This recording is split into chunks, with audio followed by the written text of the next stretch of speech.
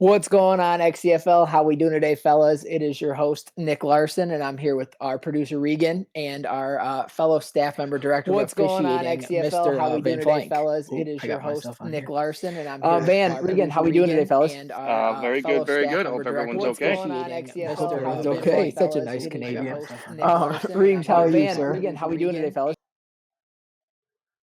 All right, just 1 second. We're getting a major echo, and I don't know where it's coming from.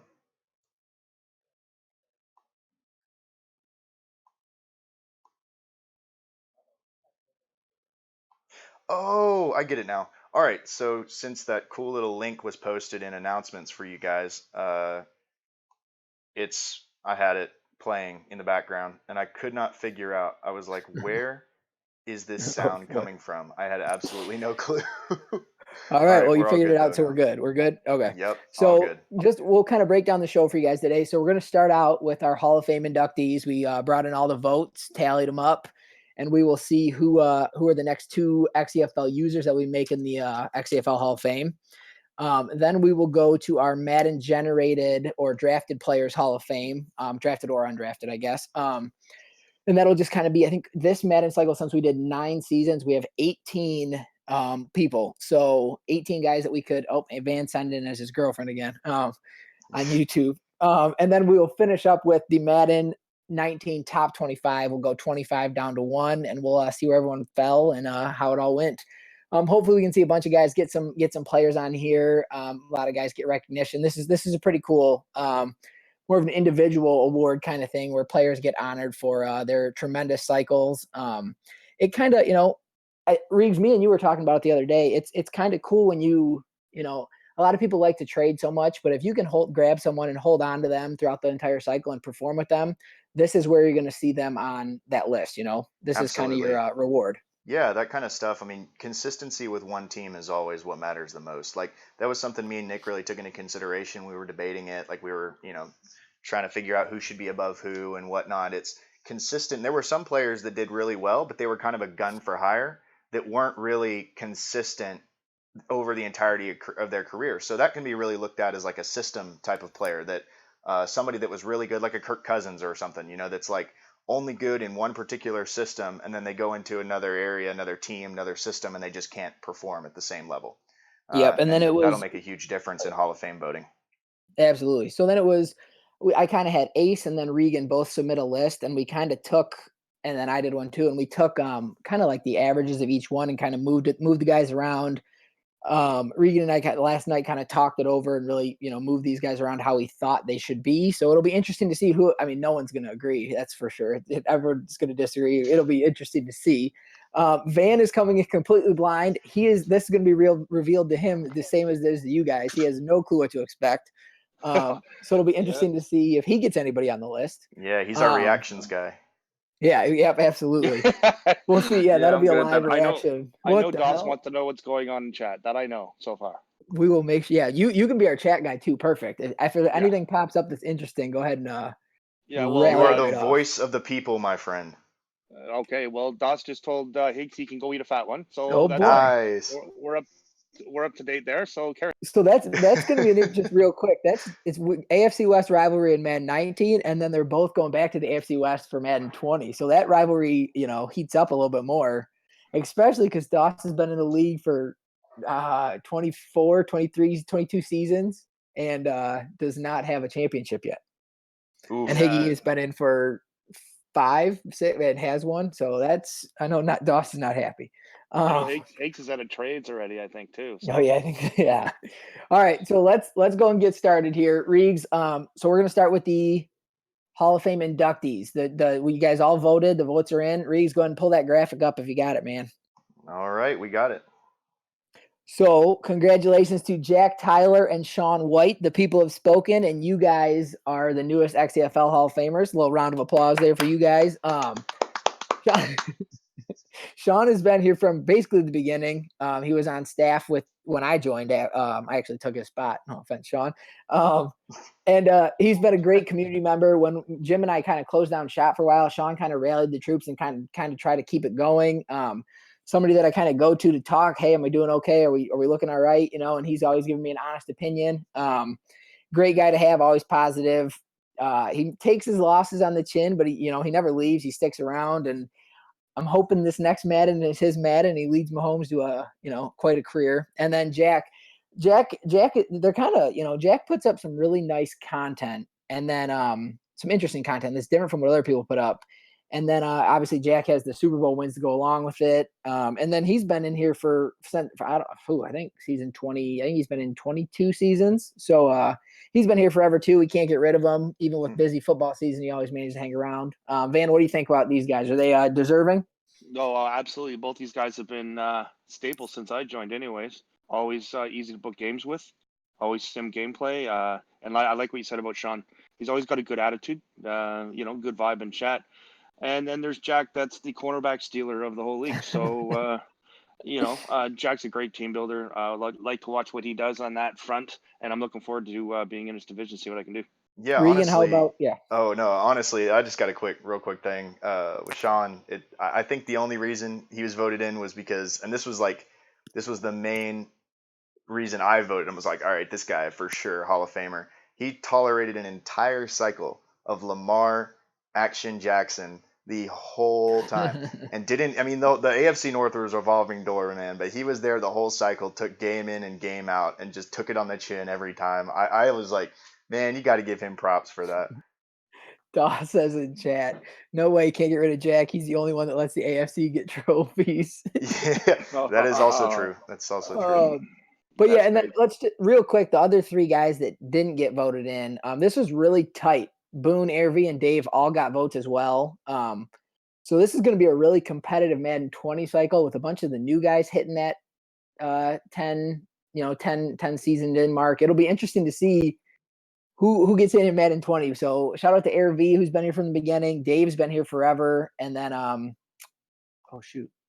Oh, of course, Boone. Who could forget Boone? Boone, who's I like to call Boone the people's champ because he always is speaking out for everybody. But yeah, that's a great group of 5. Really couldn't go wrong with any of them. So I'm happy these two made it in, and we'll get these up on our new Daddy's League page and get rolling here. Congratulations, boys. Absolutely. God, I said absolutely a lot. That's my go-to, guys. All right, Reeves, let's go ahead and pull up if you're ready. Let's go with these. Okay, we'll go with the Madden-generated Hall of Famers. We're going to go in reverse alphabetical order by their first names. And just a quick review for the guys that haven't been here long. We have 2 different categories of awards that we hand out at the end of the year. One is just strictly, it's called our Hall of Fame, and that's only for EA-generated XCFL players that will only have played in the XCFL. They are XCFLers for life. We get some guys like Marcus Mariota and Lamar Jackson. They'll be here, cycle in, cycle out. Those are the guys that can end up in the top 25, but they won't end up in the EA-generated Pro Football Hall of Fame that we have for the XCFL. So This in particular, what we'll be doing first is we'll be doing those EA-generated Hall of Fame. And this year, how many do we have, Nick? I think we have 18. 18. Which is the most we've ever had, but it's also the cycle we've the most we played in the entire cycle. So we have 18. Yep, 18 of them. Yeah, we were talking about it earlier. We said we pretty much average about two per year that we can that we go in the league, because last year we had 6, and then we had like 12 or 13, and then this year we had like 9, so about 18. It's our way to remember some of these guys that get drafted and have good XCFL careers. We'll got little plaques. I'll make sure you guys will get a copy of these plaques if you're one of the users of those guys. We'll get them posted. We're gonna get a Hall of Fame section in Discord, kind of like a history channel where people can scroll through and Dust said the entire Packers roster. Okay, we can all go home now. Never mind. We won't even get into it. All right, let's go ahead and get started here. Reeves, go ahead and pull up the first plaque here. Tell me when it's up. We got Mr. Spencer Fairley. Spencer Fairley, the cornerback. He was drafted 4th overall by the Denver Broncos, an ace. Ended up being traded for a guy we might see later on the top 25, Darius Geis. But these two, it was a blockbuster deal. Fairley was a freak. He made 4 Pro Bowls in 5 seasons, 2-time best DB. Season 20 was a rookie of the year. 5 seasons. You can see 39 picks, 79 passes deflected. He's Jack's prototypical corner, 6'1", 185 pounds. This was huge when I traded for Isaac Rawls. Jack went out and traded for this guy, and it really just neutralized. everything I was able to do. Van, you were in the division with Fairley when Ace had him. Yeah, how many of those picks were from you, Van? Well, yeah. A good baker's dozen. But I just don't want this to repeat itself for 20. So nobody trade Jack a Fairley type corner. That'd be great with me.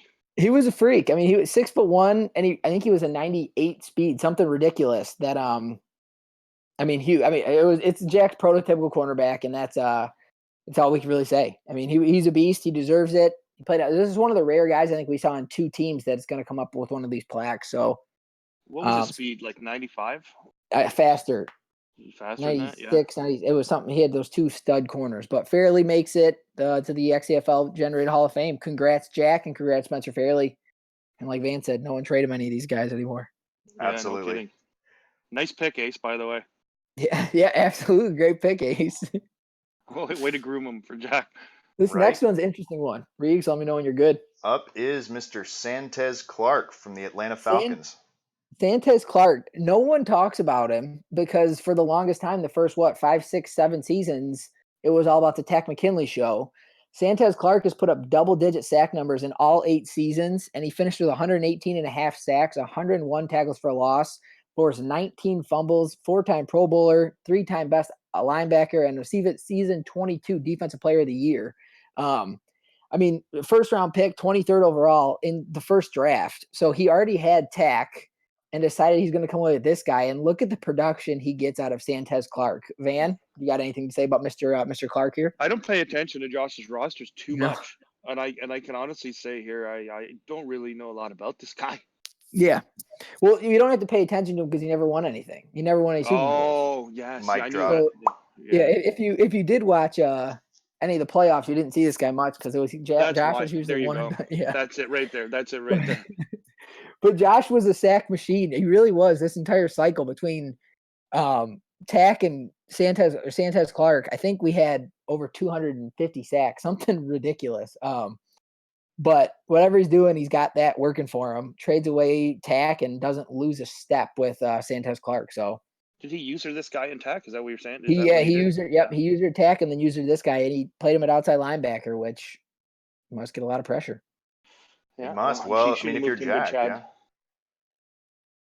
What'd you say? Or no, if you're Josh, then yeah, for sure. Yeah.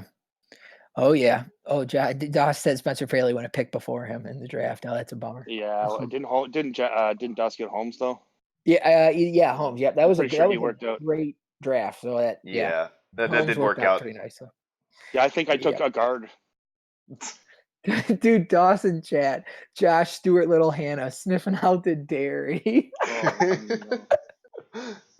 Oh boy. All right, let's go ahead and slide on to our third one. This is a fan favorite. Oh yeah, we got Mr. Riley Leake of the Cincinnati Bengals. Riley Leake from the Cincinnati Bengals. This is one of the few guys who got a plaque that played less than 5 seasons. He only played 4 seasons in, but I mean, he was a 6'8", 260-pound tight end that was picked 12th in the draft. 4-time Pro Bowler, season 24, or last season, he was the Offensive Player of the Year. 363 career receptions, 6,204 yards, and 64 touchdowns in 4 seasons. He won Most Outstanding Player Award trophy as well in our final season.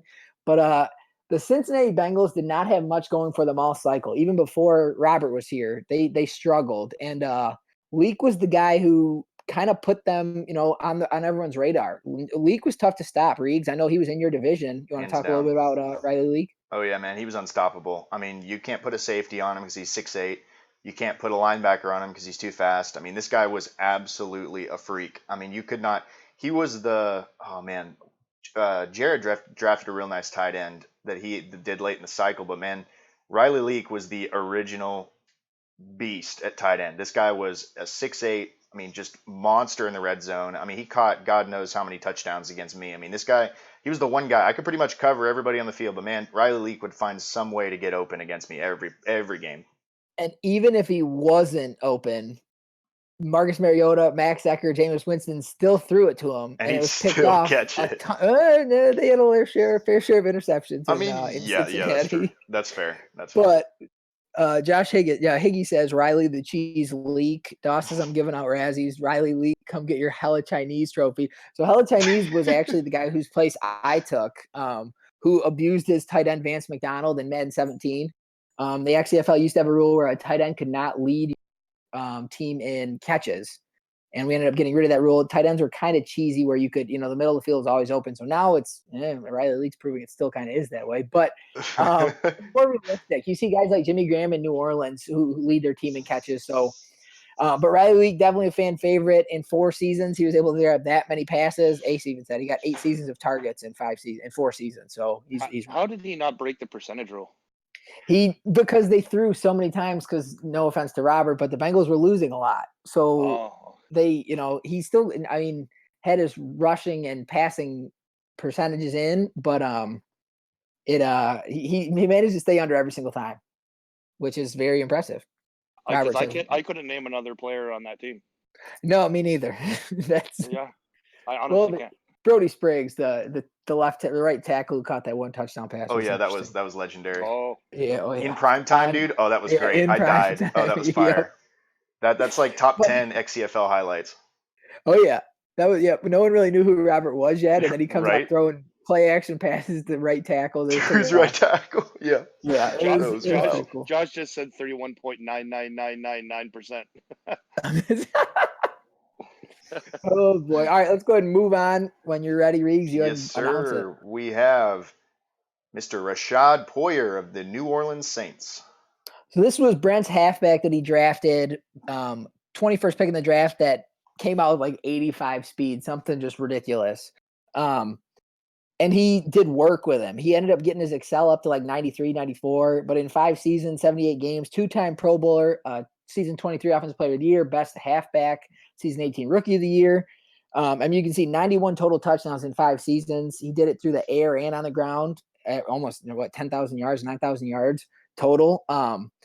He was a big time player in that Saints offense, and he wasn't there when they won their 2 Super Bowls, but as they finished the cycle, he was the big bright spot. And who knows if he could have stayed healthy? He got hurt a lot. Who knows what the Saints could have done towards the end of the cycle? But Rashad Poyer is a stud.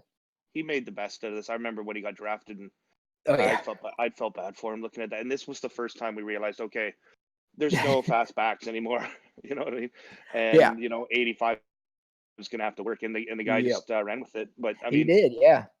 You can't keep a halfback healthy either. No, I don't think anybody could. So no, that was the story of the cycle, really. And still coming with 91 touchdowns in just 5 seasons is something.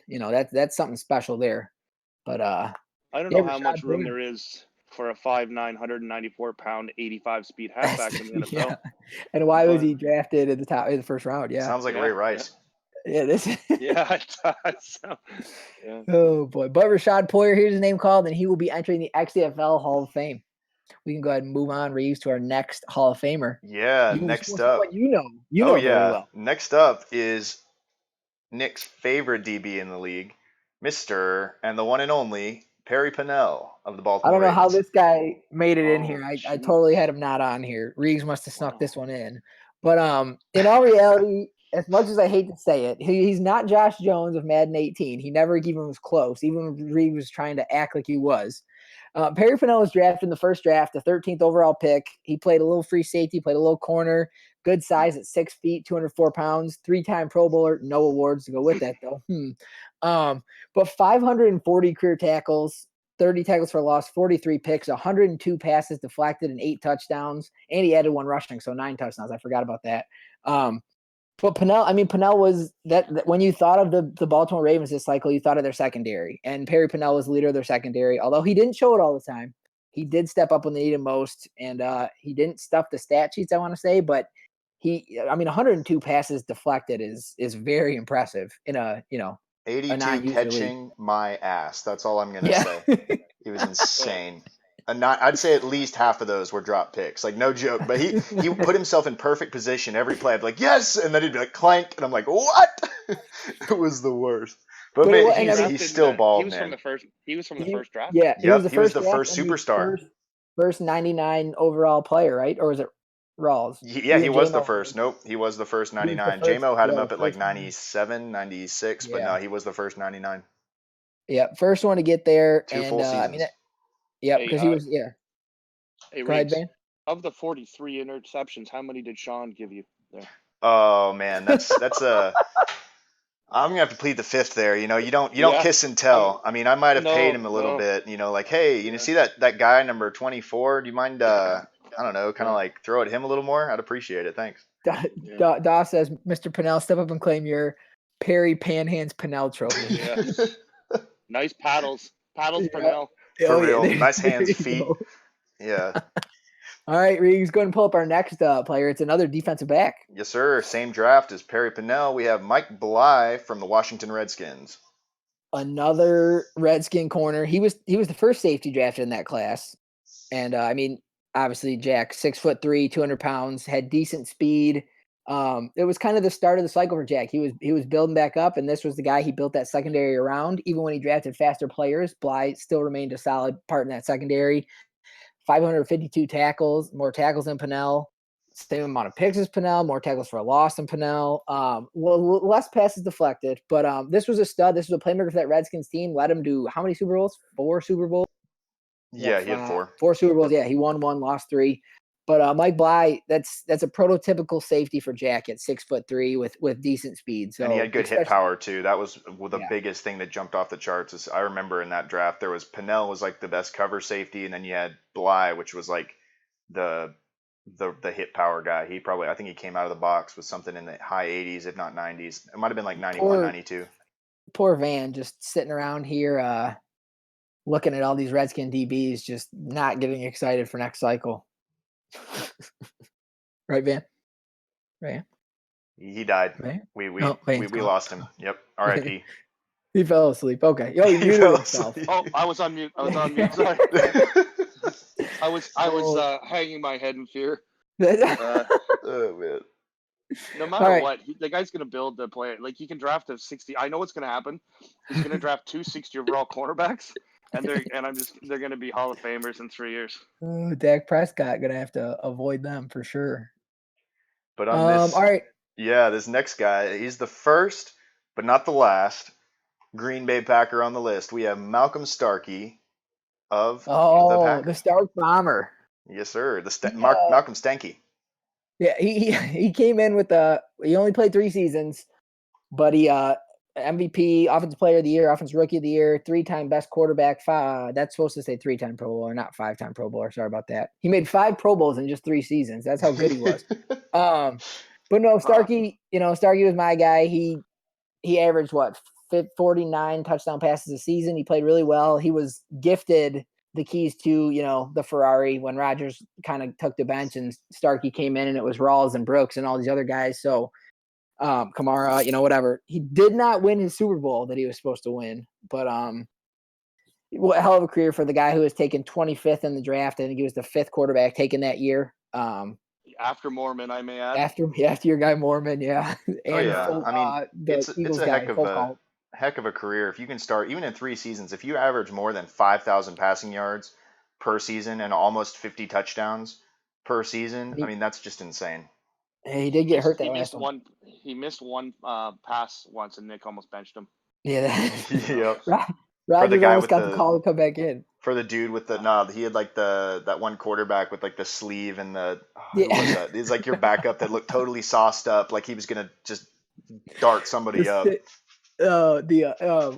Starkey, Rodgers sat the bench behind Starkey for 2 seasons before he retired. So 3 maybe. So it was let's go ahead and move on. Enough about Starkey. We'll get on. This is one of my favorite players coming up here though. Tosh says, who's Starkey? He had some good receivers, though. He did have some good receivers. Tosh said, we got to read his stuff. Mr. Bly, I'm in my freshman year, but I already know what team will draft me, so I pretend to be surprised on draft night award. Oh, boy. I'm 6'3"? Oh, I'm going to be a Redskin. I know that for a fact. Starkey, Packers JV QB, says Tosh. Starkey, here's your I have 0 accuracy, but who needs it when you can just bomb it to the wide receivers that burn DBs all day. All right. Who's on Doss's account tonight? That's that dude, Doss is spitting fire. I know. Kid's off work and he's back. He's ready for Madden 20. And speaking of Doss, him and I recommend waiting for a while. Oh yeah, speaking of Doss, we have his man, Mr. Jalen Holmes of the Oakland Raiders. Holmes. This is Oh. Van knows this guy very well. Van, Oh, Ace, wow. Higgy, all these guys do. But what Jalen Holmes did in 5 seasons was very impressive. 5-time Pro Bowler, 2-time best receiver, season 20 offensive rookie of the year, but 365 catches, 8,001 yards, and 76 total touchdowns. He used Holmes a lot like he did Brooks. I used Brooks, where I think he had 15 something rushing touchdowns, had some kick returns, punt returns. But first round, this was an interesting draft because remember it was who's Grizz taking at 1? Is it Capers? Is it Holmes? He goes Capers. Doss is pissed because he wants corners that go 2, 3, 4. And then he's left with poor old Jalen Holmes, who came out of the box with 98 speed, 97 excel, all that kind of stuff. So And was mad about it. he was very mad about it, but then quickly realized after maybe 3 games, he was very happy with his choice. Well, it's no coincidence that after he drafted him, I don't think I beat him. Maybe once. You'd back everybody off, and he would screen and reverse to the guy. It changed his whole offense entirely. Before it was fun, just jump balls. Then this guy just changed everything for us, I think. Oh, Changed here's the way an he played. interesting storyline. Ace says, my CPU drafted Fairley. Had I been home 10 minutes earlier, I would have selected Holmes. Doss says, Mr. Holmes, here's your, I know one route in the route tree, but it got me my trophy. Yeah, but it got me by. Oh, boy. Holmes, yeah, hell of a career for that guy in just 5 seasons. I mean, sorry, Grizz. Made the wrong pick there. Buddy. He was 6'1", too, at that speed. Yeah, one of those 5'8" guys. Yep, Brooks was 6 feet. I think Rawls was 5'9", 5'10". But 6'1" at that speed is silly. Yeah, that's a nice pick. I mean, that guy was a nightmare for me. I'm glad he's gone. And basically, Reeves, the next guy we're pulling up is pretty much the same guy. Pretty much, give or take. He had a little bit more acceleration, but we have Mr. Darius Figures from the Atlanta Falcons. Yep, Darius Figures. Very similar stats to Holmes, but Holmes actually put up more, almost better yards and touchdowns each season. So, I don't know. Figures was the first guy we sucked. He was 99 excel right out of the box. He was the 4th overall pick, went 1 pick before my pick. And I ended up getting Ja'Cory Medlen, so it was okay. But Figures was the guy I wanted. 6 feet tall, 186 pounds, 6 seasons, never got hurt. 6-time Pro Bowler, 432 catches, 89 touchdowns, almost 10,000 yards. He was kind of what, when Josh paired him with Calvin Ridley, it was showtime in Atlanta. Oh yeah, and that was back when Ridley was in his prime too. Like whenever Jadarius, I remember that draft night. Everybody kind of just their jaws hit the floor when Josh drafted this 99 acceleration receiver to pair with the already terrifying Calvin Ridley. We can all thank NWS for that because it was his first couple games in the league and he traded the 4th overall pick to Josh for some bum corners and a later pick. So thank you, NWS. But hey, I mean, Josh, what does Josh do best with good rosters? Blows it up and ruins it. Dun, dun, dun, dun, but you got it. I mean, for the whole cycle, Josh had Figures and Ridley, who both were above 95 speed. So it's a hell of a duo there. Didn't win anything though. It's a casual side note. And meanwhile, we actually have the guy that was drafted 1 pick after Jadarius Figures. We have Mr. Ja'Cory Medlen from the Green Bay Packers. Medlen, he was my best player. I don't care Brooks, any of them. Medlen was the guy that made things go and let me do a lot of different things on defense because he was in the middle of the field. 2 Pro Bowls, Rookie of the Year. He had the most tackles per season out of everyone in the entire league. In just his 6 seasons, he averaged the most tackles per season. 64 tackles for loss, 21 picks, 77 passes deflected. That's kind of where he made it all happen for me, was the passing deflected in coverage. He was a monster. Captain the defense. The only Madden 18 linebacker in Madden 19. Yeah, very true. He was a rare breed this cycle. But he was 88 speed out of the box, right? Yeah. Yeah, I don't think I saw a high overall linebacker with that kind of speed since. Yeah, he finished with 98 zone, 92 man coverage. Doss says, I got nothing from this one. It's Josh, too bland to come up with anything. Sean says, Medlen was the beast, MLB this cycle. Best. Yeah, Ace is right. Okay. Let's go ahead and move on from this guy. Who is he? All anyways? right. And next up is Mr. Isaac Rawls, who was a Buffalo Bill and a Green Bay Packer. This was J-Mo drafted this guy. I can't believe this guy fell to the 6th pick that draft because his 40 it was one of the first times we saw the 40 down in that 4-3-2 area. And the fact that he made it to 6 is just silly. It was the first draft. I don't think anybody knew. Nobody knew that meant that, like, we didn't, because everyone probably thought, oh, this is first draft. Dang, we're going to get this every season. Who cares? He's like, all right, whatever, but no. And he had a rough story. Like, one of the stories wasn't ideal for him. I remember didn't that. matter. Yeah. But I was sitting at 11 knowing there was 0% chance this guy fell to me. And I was praying Rawls fell to 11.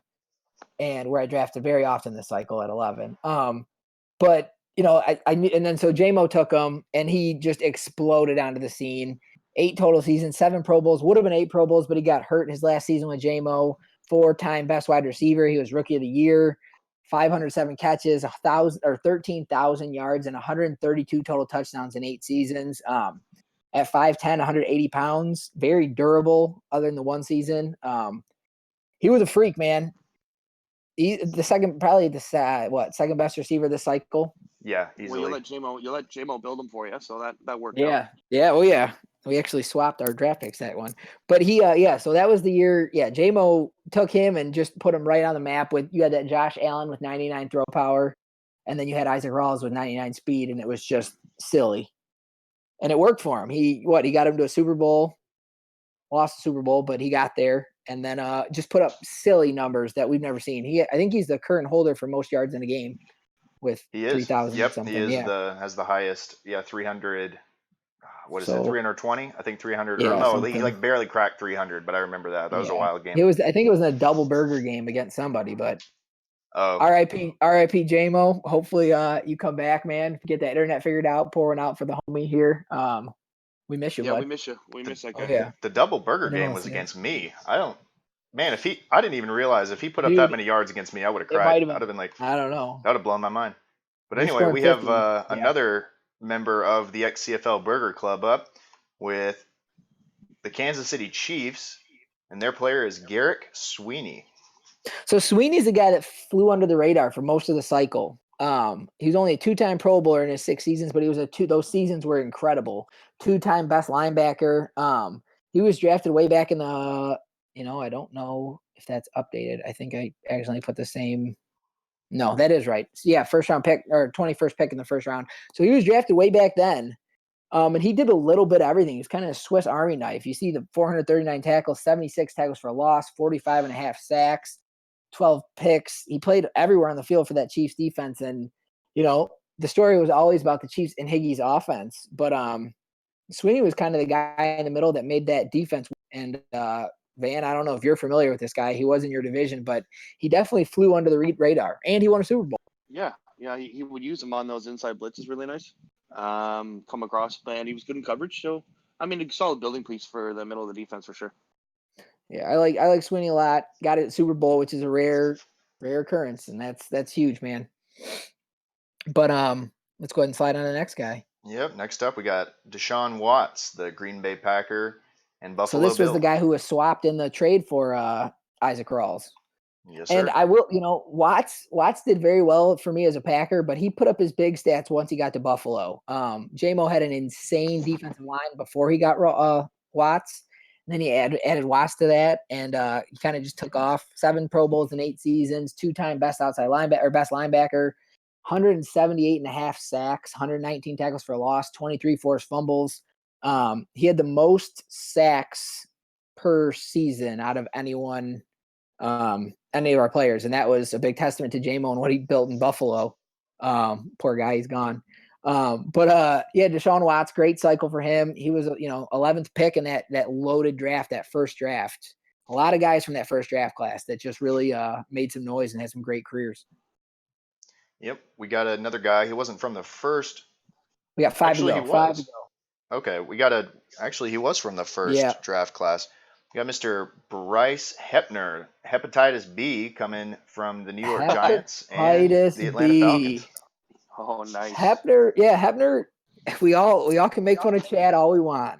But Chad drafted this guy with the first overall pick. He had superstar dev season, the first draft, and Hepner just put up some numbers, man. You can say what you want about Chad, his play calling, whatever you want to do, but he knows how to run an offense. He throws a lot of picks, but Hepner put up massive numbers with the Giants. And if you would have told me Hepner would have gotten worse going from Chad to Josh, I would have laughed at you.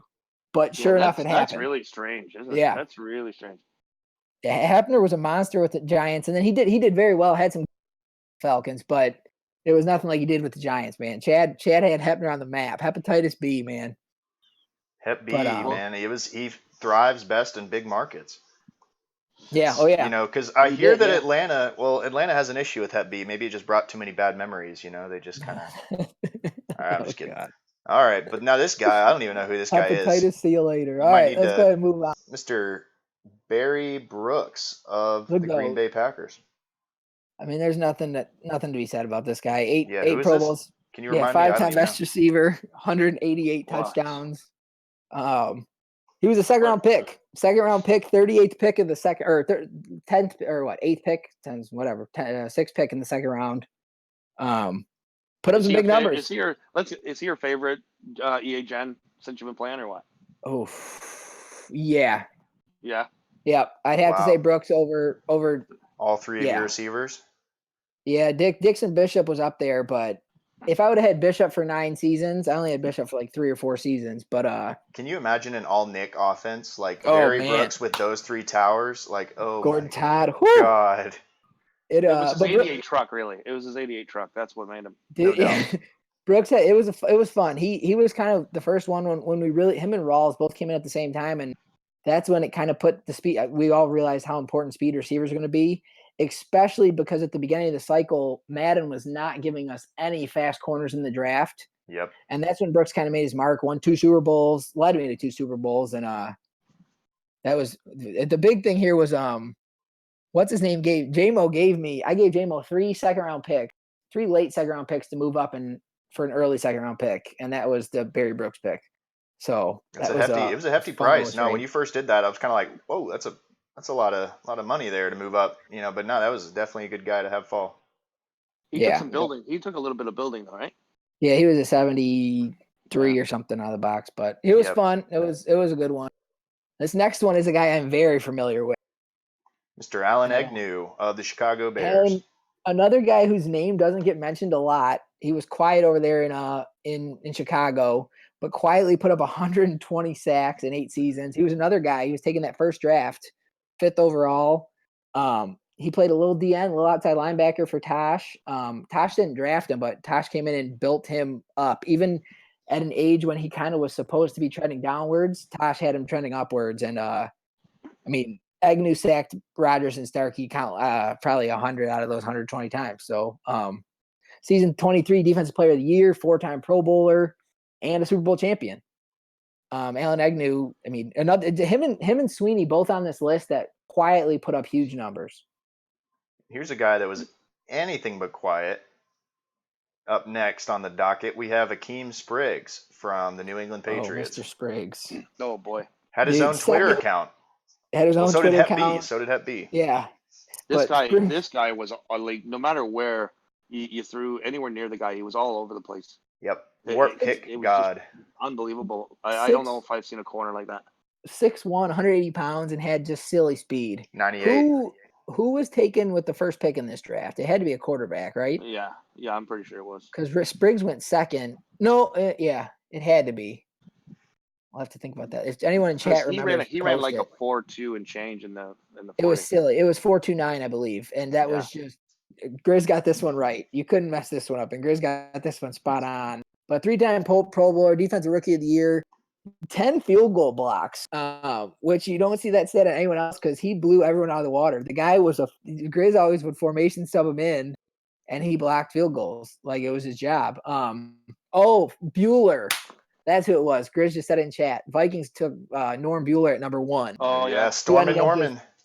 Who had a very bad career, bounced around a ton of different teams. Poor guy. But Spriggs is a Ryan leafed it up. He did badly. And Spriggs was, like you guys, everyone wanted to find an Hakeem Spriggs. As soon as we saw that Madden actually made these guys, everyone was trying to, jockey for position to get in position to draft these corners. Yeah, that was our first fast corner, like the first one that really kind of everybody had to turn their head like, whoa, that's a 98 corner. That's a 98 speed guy out of the box. Holy cow. Yep. At 6'1" too. Yeah, he was a freak, dude. Straight up freak. This guy was, he was the reason, single-handedly, he was the reason that his CPU beat me. I lost to his CPU. That was the only CPU I lost to the entire game. And I kept saying, I was like, this is the CPU. I'll win this. No worries. Oh, this is the CPU. I'll win this. No, it's all good, And then it got closer and closer to the end, and, he just kept shutting me down. And I was like, are you kidding? You throw anywhere near him, he either swats it or picks it. I'm like, are you joking? I have no idea what to do. Spriggs is a guy that I wish Madden gave us the capability to play guys on offense and defense, because I think he would have been a sick receiver, man. Oh, no doubt. I mean, he's one of those guys you're like, man, I wish people wouldn't abuse this and ruin it for everybody. But Spriggs, he was a guy when you'd watch Grizz's games, you noticed him because he made silly plays that other people don't make. And it was fun to watch because it's somebody as an offensive player, you're trying to avoid throwing at him. No matter what, he took away half the field. Yep. Or your player or whoever, Yeah. And with that speed, he took almost 10 touchdowns to the house. It was one game I remember Dave was playing, Dave and the Jags, and Shark was on a huge tear, man, lighting the league on fire. And Shark came out of the game with like nothing going on, and I was like, "What happened?" And Grizz said Spriggs, and that was exactly what happened, man. Because it was a hell of a career for Hakeem Spriggs. Grizz had a couple playoff runs, but hell of a career. So we got one left of this, then we're going to the top 25. We'll try to get through it quick for you guys. This is a longer show, but yep. And we got our last man. We got Adrienne Torrance from the New Orleans Saints.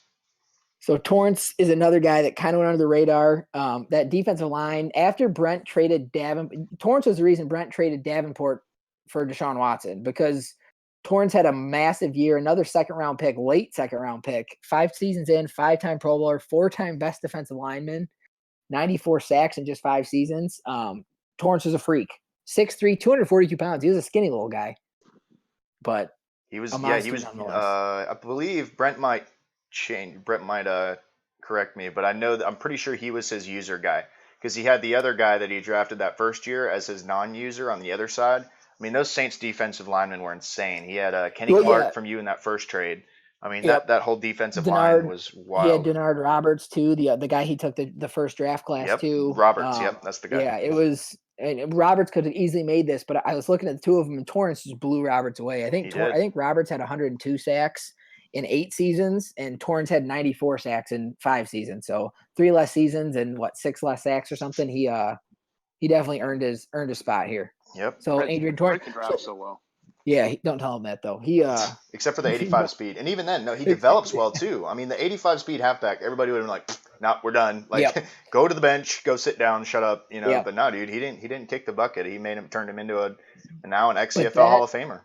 That'll do it for our 18 new members of the XFL Hall of Fame, guys. This is what's fun about it. Drafting those guys and kind of making themselves. Now these are guys we're gonna remember for the rest of the cycle. It's pretty cool. So hopefully more guys draft and keep their guys and really try to build them up next time, and we can see some cool guys. Maybe we'll have more if we get through 10 seasons. We'll have more guys, so it's really fun to see these fake guys. Now we'll get to some of the real guys though. Yes take sir. A minute if you need it, if you want to. We have. But now these hold on. These are the real guys. This is everybody. So this is the best 25 players of the cycle. We took everything into account here. We took into winning, stats, a little bit of everything here. Nice. Some guys, yeah, thanks. This was the hardest thing ever. I know I talked to Ace and Reeves about this. It was ridiculously hard. Just to look at 2 guys and I don't know, try to figure out who put a better career together was so difficult to come up with just 25. So we did throw an honorable mention at the end, and threw another 20 guys on there just so some people can hear their names called, just because it was so many debates. Who goes 25th? Who, it was not easy, but it was really fun and not fun at the same time. But Reeves, when you're ready, let's go ahead and throw up number 1. Oh, I was actually going to go. You want to go 25 down to 1? Yeah, okay. 25. Yeah, 25. I'm going to say, all right. Well, we got number 25, and that is LeVeon Bell, the halfback. So let me start out by saying LeVeon Bell, there were probably 3 or 4 running backs, maybe two running backs that we left off this list who had better stats than LeVeon Bell. But when you think back to the Madden 19 cycle, LeVeon Bell is the one running back you're going to remember more than anyone else. Yep. He was, huge in the Tennessee Titans Super Bowl run. I mean, he caught passes out of the backfield. Just a massive season for LeVeon Bell, or a couple seasons for him. He started out slow with Jim in Pittsburgh, and as soon as Brian got his hands on him, we can say what we want, overuse, abuse, whatever. LeVeon Bell had the ball in his hands, won most outstanding player, and they won a Super Bowl. So he was insane, man. I mean, this guy literally, and this was the guy that I pounded the table for when yep. Well, when I was looking at these things, and when I sat down here and I was like, who has the most impact? Like when me and Nick are sitting there and we're trying to debate, like who was the most memorable players? I'm scrolling through this list and I see Le'Veon Bell and I pounded the table. I was like, man, this guy was a freak. I know he doesn't have the stats. I know because he was older and he was kind of regressing at this point, but this guy is going to make somebody overpay Josh for Le'Veon Bell in Madden 20. I guarantee it. This guy is a boss. Yeah, because Van, do you remember Van, when we'd be in the playoffs and like you'd see Le'Veon Bell, you physically could not tackle him with one guy. If you have him in open field, you had one guy, you're done. No chance. He hits you with a spin move, juke move, truck move, anything. I can't believe Jim got rid of him. Dude, and he drafted a running back and then got rid of Le'Veon Bell. It was what? Why? He already paid Bell and then drafted a running back. But that running back was great too, and also named.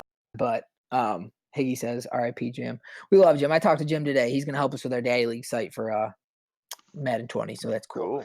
I appreciate all the nice things you guys are saying in chat about the content. We appreciate it. It takes all 32 of us, so that's great. Let's go ahead and move on to 24 here. Brian, congratulations for a nice couple seasons of Le'Veon Bell, man.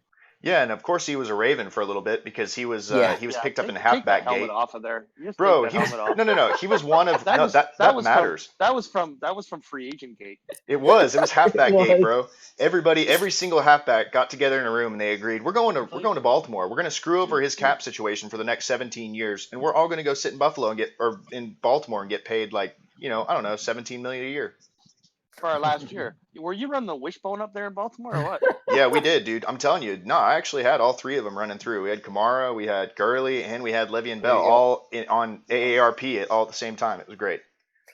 But a guy that didn't have AARP, did a nice little transition, that wasn't obvious at all, was Ja'Cory Medlen, the middle linebacker. A bunch of these guys will be repeats. Some of the Madden Gen guys made the top 25, so we don't have to say much about Medlen. We kind of already talked about him. But Reeves, you can go up and pull up 23 when you're ready. Medlen had a big career for the Packers. Yeah. I can go and give a quick little description. Go ahead, yeah. This guy was one that, and this was one that we don't want to. It's tough to see a bunch of one team. It's something whenever you're putting it together, you're like, man, there's a lot of this, a lot of that. But we really wanted to maintain the integrity of the list, that it's like a top 25. And this guy, and Nick was like, man, I don't know. And I was like, no, dude, this guy was a freak. I mean, in his freaking, does it say how many? Yeah, it says 6 seasons. I tried to keep him off because I didn't want another Packer. But no, I pounded. This is one I pounded the table for because you look at him. I mean, most tackles per year, his interceptions, his ability. Like he was one of those guys that he defined the interior of that Green Bay defense. Great player. Definitely worthy by all accounts of the top 25. So yeah, I totally agree. Regardless of how many Packers are on there, that guy deserves it. Oh yeah, and then number 23 is another fan favorite. We have Riley Leake, the tight end from Cincinnati, making his second appearance of the day. XFL Hall of Famer now, and number 23 on the top 25. We talked about him earlier though, but almost 50 touchdowns for Leake. That's in 4 seasons. So he was a freak. That last season he put up. That touchdown number might not be right. That's for a season. Yeah. Because I was gonna say he had 30 that last season. He has 64 touchdowns, not 47. So sorry about that, guys. I was gonna say he had 30 that last year. There's no way he finished with 47. But Riley Leake, and now he recently just got hired as the offensive coordinator for the Buffalo Bills for Madden 20. 64, he did. 64, he says. I'm Yeah, sure 64 64 touchdowns. in chat. I'm sure there's Buffalo fans right now smashing tables and whatnot, because their offensive coordinator is officially an XCFL Hall of Famer as well as a top 25 member. 23 is nothing to sneeze at. He's a guy that we definitely had to put on the list just because of his dominance. That he didn't we and Nick, we kind of put him over a couple other guys just because of his immense dominance. Yep. And, there's certain guys that are left off this list and certain, because stats don't tell the whole story all the time. Some linebackers might have more tackles, because their defense is always on the field. It just depends. But Leake was a guy who was a dominant player. His team was passing a lot, but he was a dominant player. He was a freak, and he needed to be in the top 25. And he came in as a rookie and got Tyler Eifert's number. I don't know how that worked out, but he stole Eifert's number right out from underneath him because Eifert was still on the team, and Leake was rocking 85. So we're gonna have to talk to the Cincinnati PR department to find out what happened there. Yeah. But let's go ahead and move on to somebody Regan knows very well. So does the staff before Regan was on staff because he was suspended all the time. Yep, that is true.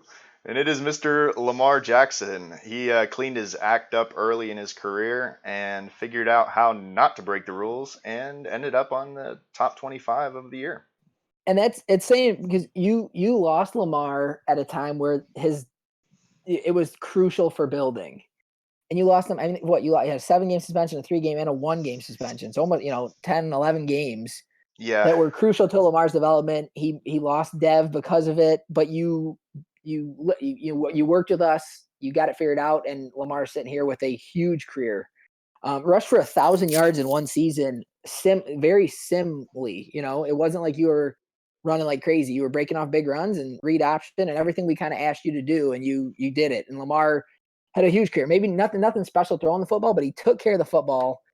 And I mean, those touchdowns right there, 45 touchdowns total. It's a huge career for Lamar. 4,000 rushing yards. That's awesome. Yeah, and this was one of those guys, I appreciated you putting him on this list, man, but like he really was, when we're talking about dominance and we're talking about guys that really carried their team. I mean, dude, this guy was my offense. I mean, you asked Van's like, I can't imagine how many DMs I got sometimes, like, or especially earlier in the cycle when they're like, you realize you take away Lamar Jackson, you have no offense. I'm like, oh yeah, absolutely, 100%. Yeah. Like, yeah, yep, like not discrediting that at all. Well, I remember the year that you didn't have any receivers. Oh yeah, that was brutal. I had an undrafted free agent that actually turned out to be a 92 overall eventually. He was my number 1 receiver that year. Yeah, so I mean, Lamar had to be. I think that's when you learned to get really creative with him when you knew you didn't have a ton of options. When you took that. Did.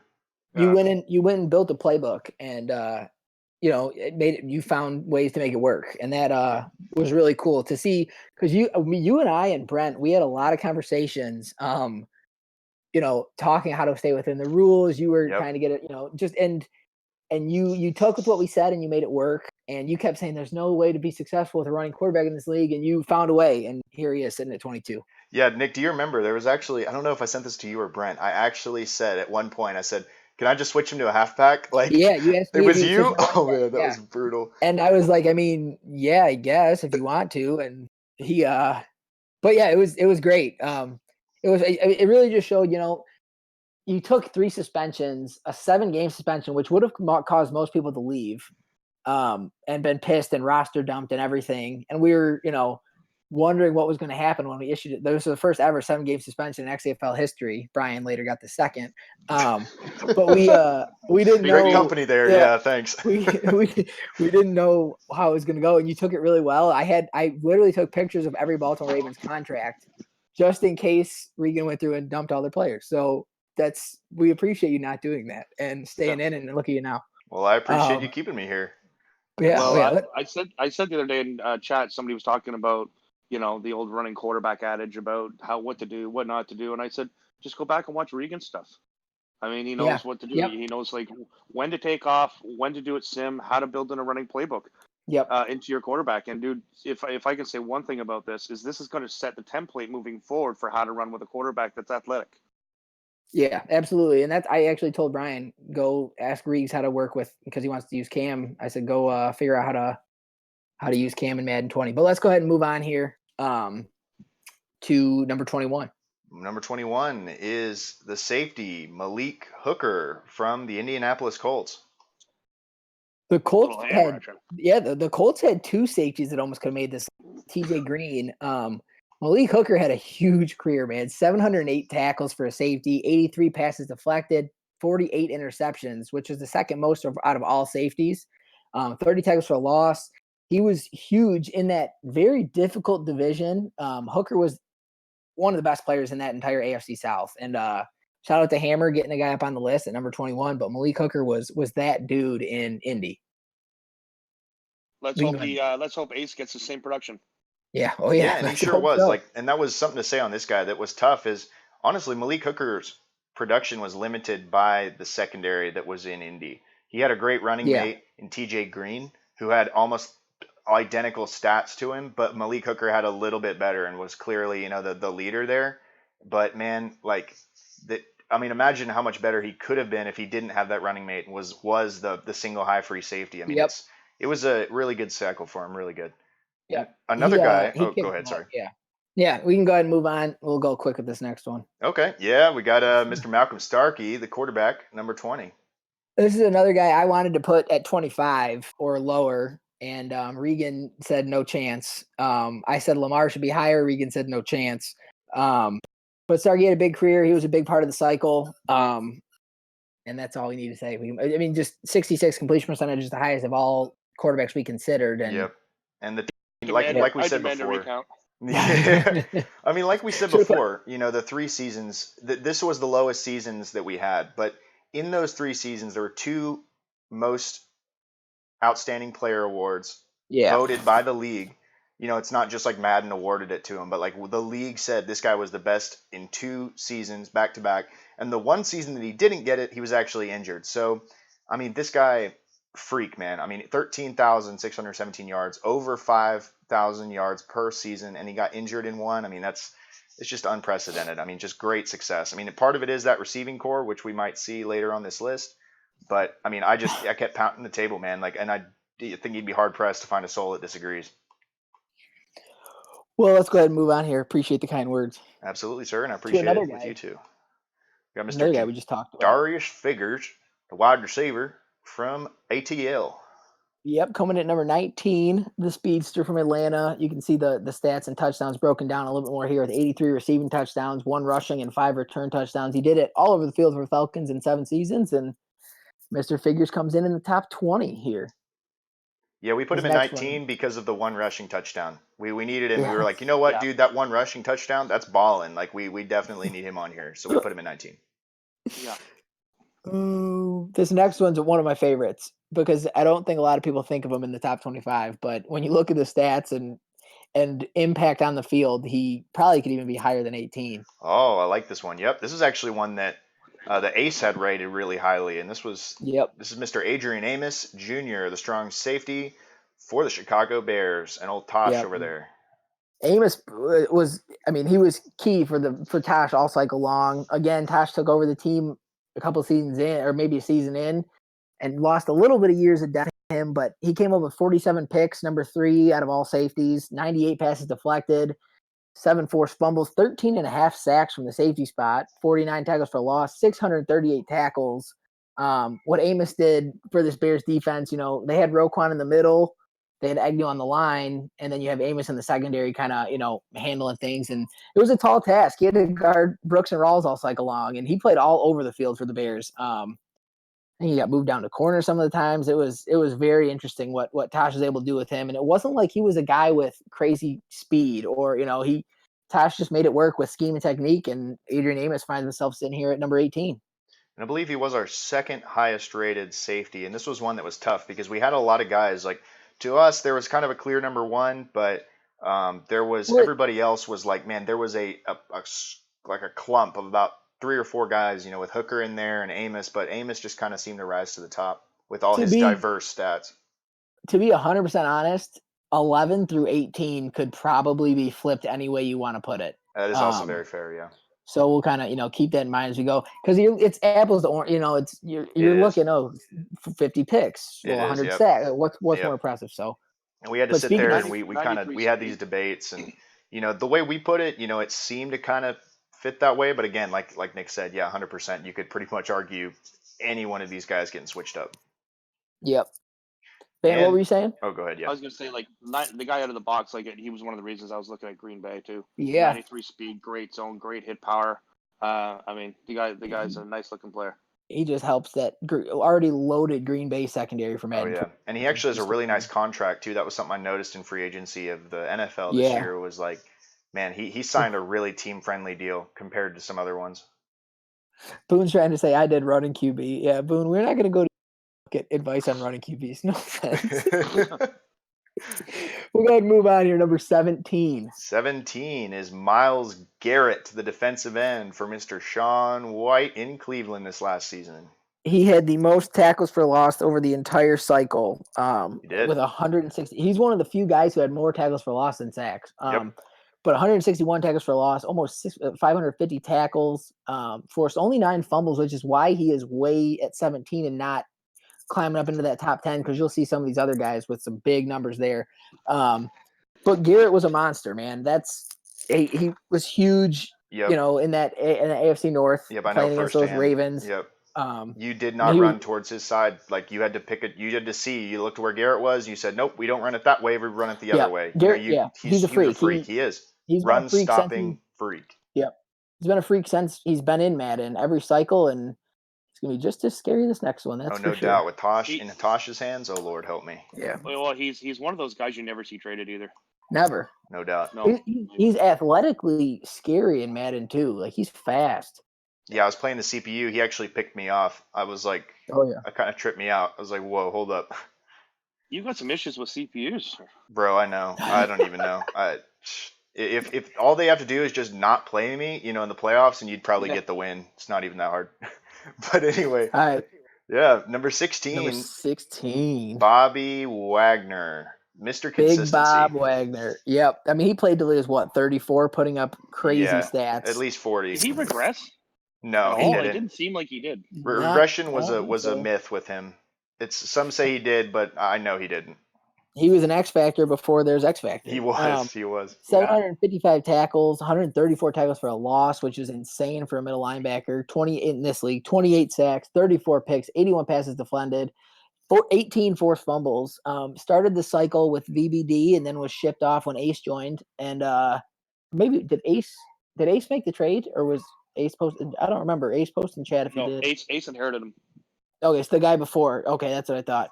But was it the John Ross? No, he didn't have John Ross at that point. No, because Ace did the John Ross. Yeah. No, I'm pretty sure it was like a first. It was a first, but it was something bad. Like I remember when I saw that trade first come out, I laughed. I was like, "Oh my gosh, dude! VBD just got highway robbery on this guy." Like because Bobby was at like 30 that time. I mean, it blew my mind. But then, played a full 9 seasons, and prove me wrong. I mean, every single season, that was the one guy I feel like I was really wrong about this entire cycle. Was like, you know, Bobby Wagner just balled the whole time.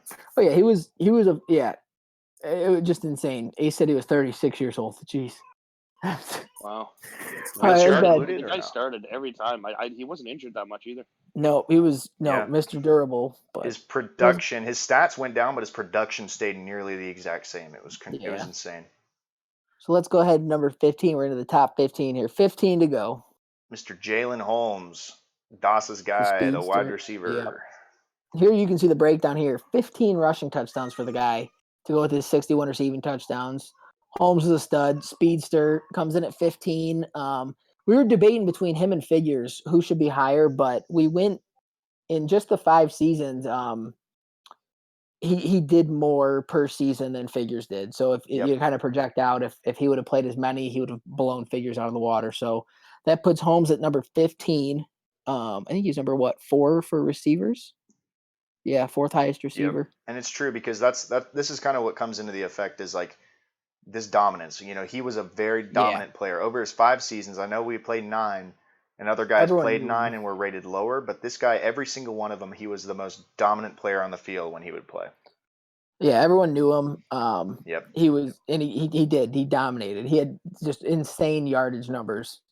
Not the touchdowns weren't always there, but the yardage numbers were just wild. Especially in a very, very tough AFC West. But we can go ahead and move on here. Yeah, and this next guy is one of Nick's favorite guys. Is Mr.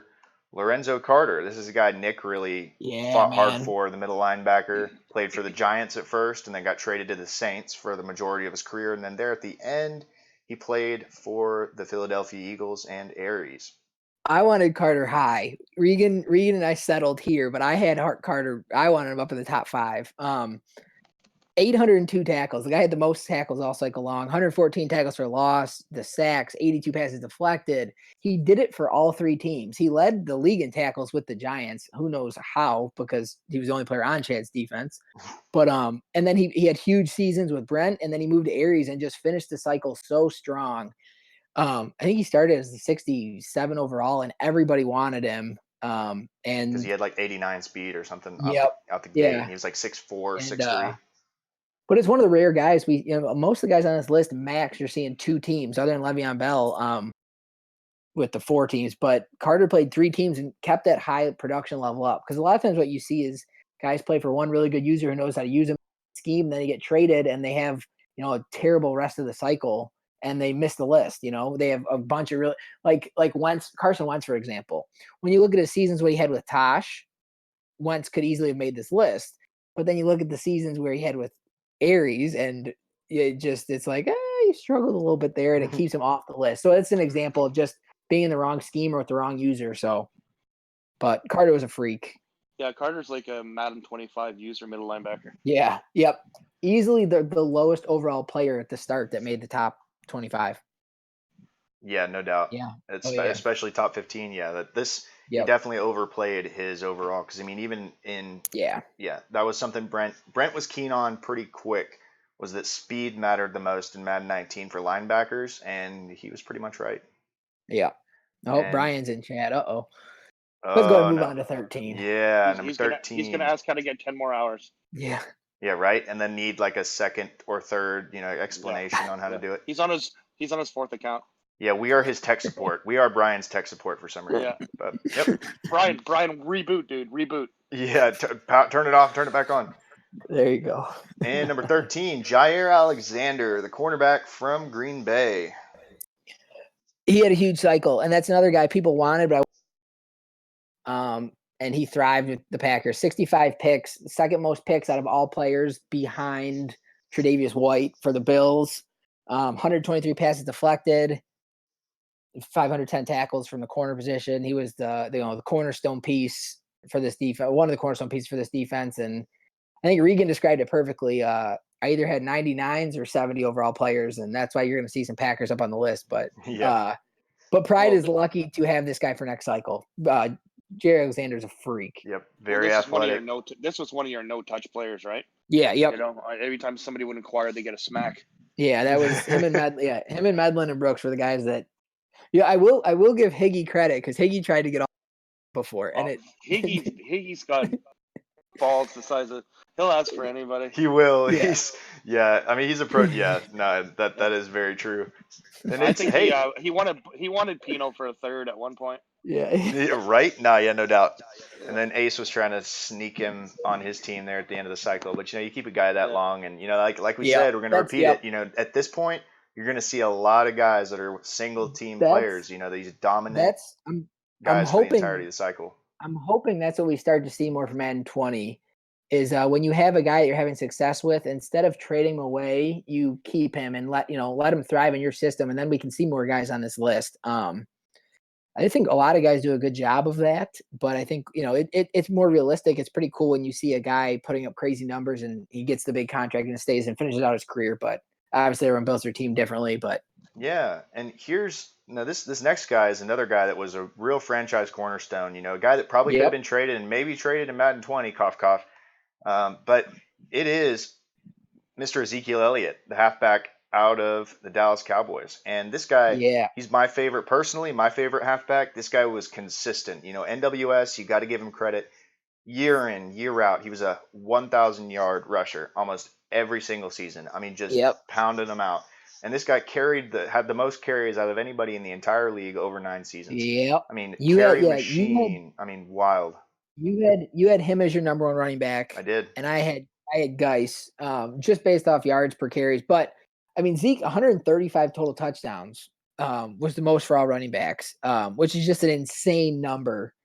I mean, given he does have the best offensive line in the game, and NWS did just, he rode him for a bunch of seasons until that. These numbers could have been even better, but towards the final season, NWS got a little pass happy, and Zeke, I think he finished 3, 4, or 5 touchdowns short of second all time, which is incredible. In a cycle where nobody could keep a running back healthy. Yeah. Yep. Yeah, that's See, true. the only guy over 2,000 carries, I think. Yeah, that blew my mind. Like, that was the one thing I could not get through my head was I could not keep running backs healthy, so I had to go by committee. That's why I signed, all the 50,000 halfbacks in free agency. But, this is a guy that another thing you got to notice is he was not a receiving back. Almost all of his yards and touchdowns were on the ground. You see a lot of running backs that were used on those halfback swings, those little flat routes, the kind of table route. Man, those things, were deadly, but he did not, he just Ezekiel Elliott was almost every single time just a straight up running ground and pound guy. He had over 955 yards on every season, which is just insane. It is. Double-digit touchdowns in 1, 2, 3, 4, 5, 6, 7, 26 touchdowns in season 21, which is just crazy. 334 carries. Woo. All right, let's go ahead and move on to number 11. Number 11, Mr. Aaron Rodgers, the GOAT. I mean, this guy finished – this was a no-brainer to put on this list. I would have put him higher, but, Nick fought me down and we bargained at 11. So, this guy, honestly, I mean, to me, he's like a top 5. His production, I mean, he finished as the best quarterback of all time. Most yards, most touchdowns, completion percentage of 62%, and the touchdown interception ratio about 1 to 2. That's really, really good. Or 2 to 1. Yeah, 2 to 1. How many yards do you have to pass for to get 2 quarterbacks on this list? God only knows. Let's back it up here for a second. Yeah. Okay. Well, That's a Van, ton of yards, man. Here's a tip. We don't have both of these receivers that were his 1 and 2 receivers haven't been seen yet on this list, and we have a pretty good, hankering that they're going to be here. So, that might have been, he invested heavily in his receiving corps, best in the league by far. Yeah, Rodgers never played with Rawls and Brooks. He only played with Brooks. He played with Brooks. Did he just say only played with Brooks? He had Mark. Valdez Scantling with Adams too with him. Adams Valdez, Adams Valdez Scantling, freaking Scantling. I hate that guy. Randall Cobb, season 1 of this cycle, Randall Cobb led the XFL in receiving yards. So people seem to forget that Cobb and Devontae Adams finished, 1 and 2 in receiving, season 1. So, but Roger, he did it, and those are seasons I needed it too because I started out 1 and 6, both season 1 and season 2 of this cycle. I think you created your own market there for Barry Brooks. With you balling out with those low speed guys, everyone kind of looked at you and said, "Oh, hold up, speed doesn't matter." Okay. Hey, Ace put up some really good numbers with Adams. Devontae was one that we just left off. I know he just missed. He was pretty close. He faded away too much the last couple of seasons, but he had 5 or 6 really good seasons in Denver too. It was impressive what he did with him as well. Well, let's go ahead and get into the top 10 here, huh? Yeah, top 10. Speaking of last 10, Denver, we have Mr. Darius Geis, the halfback that got traded. He played his first few seasons in Washington, gets traded to Denver, had a little bit of a hiccup. See, this was my one stipulation with him was he had a little bit of a hiccup going from Washington to Denver. And this guy, over the course of his career, very up and down. But his ups were insane. I mean, his broken tackles. He had 2,000 yards one season. I mean he was silly. I'll pull up his stuff now. He was insane. I mean, you could not bring him down. He was a trucking broken tackle machine. 715 and 21 touchdowns to go along the 300. Yeah, so he had over 2,000 yards twice, maybe with receiving yards.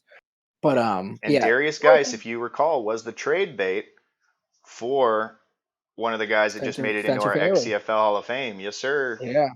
Which Geis was, I mean, when you thought of the Redskins for all those seasons, Geis was on the trade block every single season. He was, sure. Yeah. Oh my God, he was. The best producing trade block, lived there. He lived in the trade block.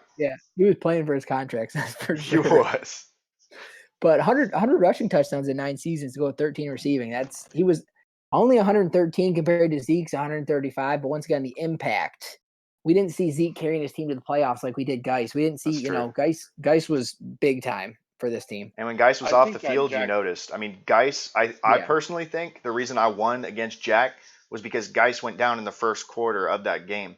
So, to me, I saw a huge difference in his offense. He didn't have the pop. I didn't fear when he would line up in an I form. I was like, who's he going to run with? Oh, 67, nobody? Nah, who cares? But man, if he had Geis back there, you got to load the box because you cannot bring him down with one tackler. What were you going to say, Van? Well, I think he tagged Geis 9 times. Yeah, But even 1 year deals. Ace had one bad season with Geis. The other ones he ran for 1,250, 12 touchdowns. Yeah, he ran for 2,500 yards with the Broncos at least. So yeah, that was funny because we all heard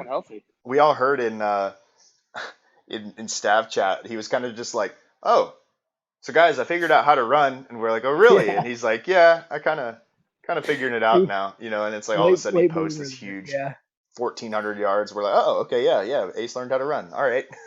and Geis was hurt a lot, like you said. He was hurt a lot in Denver. I think he finished this season hurt for 6 weeks. And when he's just always hurt. So yeah, Madden nerfed his injury rating with the torn ACL he had. 1,880 carries compared to Zeke's 2,000 whatever. It's insane, the difference in durability. But let's go ahead and move on to somebody Van knows. We got back-to-back Van players coming, actually. No, we don't. Yeah, we do. Van. We got Mr. Joey Bosa at number 9. Joey Bosa, defensive end for the Los Angeles Chargers.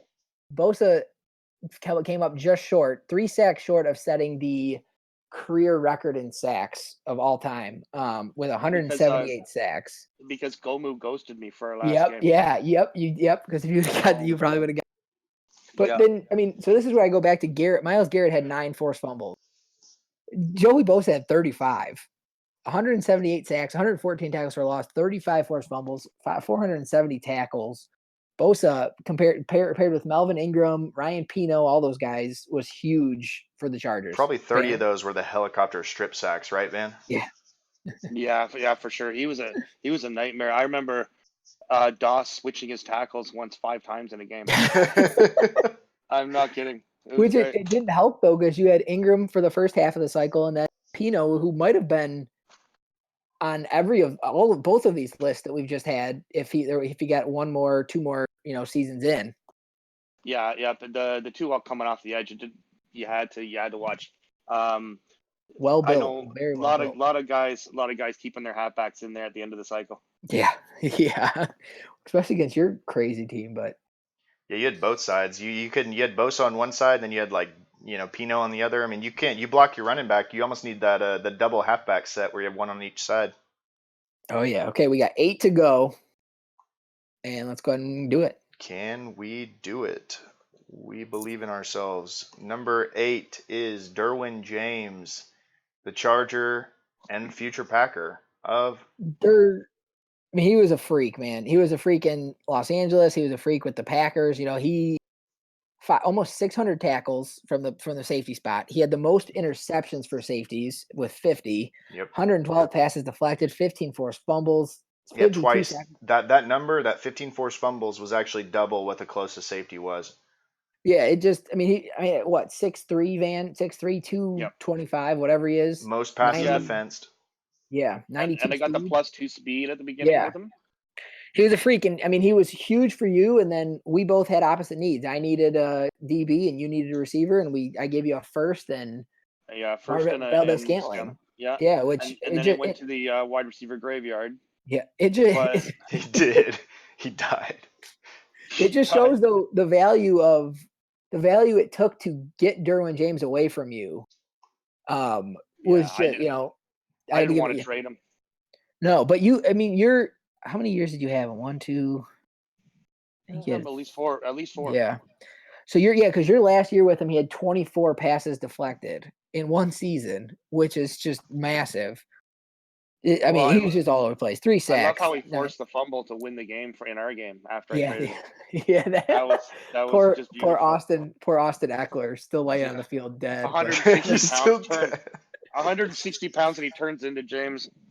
Yeah, Yeah, I remember that. But I didn't want to trade him. He was on one of my no trade lists. But like you said, at the end of the cycle, I was like, I'm not having fun with these wide receivers. I needed to have fun more than I needed anything else. But my defense was never the same.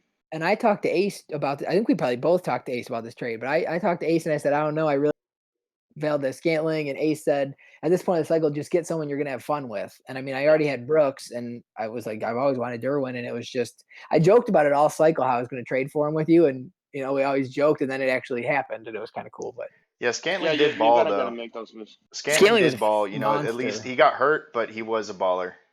Yeah, I was tearing it up when I only had him for half a season. Yeah, and he was gonna break the 32% or 33% mark. He was a stud with you though. And then I thought I was gonna get Bradley Chubb. Yeah. Oh yeah, that was wild. That was that was hilarious. So that was kind of a strangely painted trade. Dude, that was the worst. Bradley Chubb and John Ross. I was like, I couldn't sign up fast enough for that. Yeah, and Ace, you got Nick Chubb and John Ross for Scantling. Oh, yeah, that was. I remember that. And then John Ross actually turns out to be like loads better than Scantling ever was for Van, because Van's like, oh wait, speed is kind of nice. I kind of like this now. Scantling was a monster, or Ross was a monster too. He just missed the top. Dude, it's gonna try to reconnect. Yay, reconnected. All right, we're good. We're back. Let's go ahead and move on here. We got 6 to go. Sorry, guys. Sorry for the little blip there. We are back. We should be all good. All right. Yeah, number 7 here is Mr. Deion Jones, the linebacker. This guy was a fun one to have, man. Like, I traded my best running back I ever had, which was Denard Hodge, and that was the year of the halfback that I stole, like, every single halfback out of free agency, and it really did change my cycle because, I got Deion Jones, and immediately he stepped in and became the entire center of my defense. This guy, he had 11 touchdowns, which was, I think, double what the next closest linebacker was. He had a great pick 6 against Nick. That was a beautiful time. I still have that screenshot like posted on my wall. It's like, it's this big life size like Deion Jones, and then you got Barry Brooks like just trying to nip ankles there as he dives into the end zone. It was gorgeous. I still have that thing. Yeah, Can you hear me? Are you sure we're back on? Yeah, we're not. Oh, there we go. There we go. Okay, now we're back. Okay, yeah, we're good. Keep going then. Proceed. All right, sorry. It was beautiful. It was beautiful. Deion Jones, well, it was very middle linebacker was a tough position to figure out. You had Bobby Wagner learn. Deion Jones though he had huge seasons in Atlanta and in Baltimore. But 124 passes defended, 118 tackles for loss, 721 tackles, 39 picks. He was your do-it-all middle linebacker, and he had a huge cycle. But let's go ahead and move on here. We're getting closer to the top 5. That guy's my favorite Madden player. Deion Jones? I think so too. He is. He was a freak. He did everything, like you said. The 11 touchdowns, I mentioned that too. So I don't know if I said that. Did I say 11 touchdowns? Oh, okay, just wanted to double check. 11 touchdowns. All right, number 6. Mr. Tre'Davious White of the Buffalo Bills, best cornerback of the cycle by far. Nick loved this guy. Nick was, me and Nick just raved about him probably for a solid 20 minutes straight. This guy was a freak. It's almost 70 picks. Came up just short of what Josh Jones had last cycle. But White, 149 passes deflected, 549 tackles, 12 touchdowns. He was a monster in Buffalo, paired with next to Ahkello Witherspoon. The Buffalo defense was silly. And Tre'Davious White could take away your best receiver, take away an entire side of the field. He was a freak athlete, and J-Mo did work with him, man. He sure did.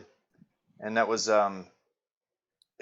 he was a guy that I think, especially early on in the cycle when nobody had a good lockdown corner, to have a guy like Tre'Davious White that you could send out there to lock down the number 1 receiver, it was clutch. Tre'Davious White early in the cycle went up to a 99. I believe he was the first cornerback to truly be like a true 99, which was like 99 everything, 99 man, zone, and slot. He was a beast. This guy, like his production, you can't find a higher producing corner this cycle. No, really, let me just read. He had interception seasons of 9, 8, 9, 8, 8, 6, 10, 6, and 5. Like he was up around that double digit mark almost every season. And then passes deflected 15, 20, 19, 17, 20, 19. I mean, silly what he did in Buffalo, man. That's true. 100%. But let's go ahead and move on. We're down to the top 5. Yeah, another guy that was Can constantly. anyone in the chat guess who the top 5 are going to be in order? We got 5 players left. Van, don't say anything. I don't think Van can see anything. Oh, did you send it to him? Oh no, you can't, Van. If you had to guess, Van, do you have an idea who the top 5 would be? Yeah, I think. Let's see. Well, not top 5. We got the 2 wide receivers from Missouri. What else? It's tricky to think about, Yeah, it is. Because really there's names hard. But let's go ahead and let's go to number 5. We'll give him number 5 because he's not going to guess number 5. This was a guy that kind of flew under the radar, but you step back, you look at the production. Kind of. DJ Chark is the guy. Played for the Jacksonville Jaguars. Nick, take it away. Chark was 622 catches. He had the most catches out of all receivers, more than Brooks, more than Rawls. He did play an extra season than them, but the amount of catches more, 14,000 yards, 121 receiving touchdowns mixed with 3 rushing touchdowns. Chark was the first guy that kind of just exploded onto the scene, and he, started really crappy overall as well. He was just tall and fast, and Dave took him and rolled with him. This is the second Jacksonville Jaguar receiver Dave has gotten to the top 5 of the top 25 at the end of a cycle, with the other one being Jacoby Askew, who finished number 2 during Madden 17, who was.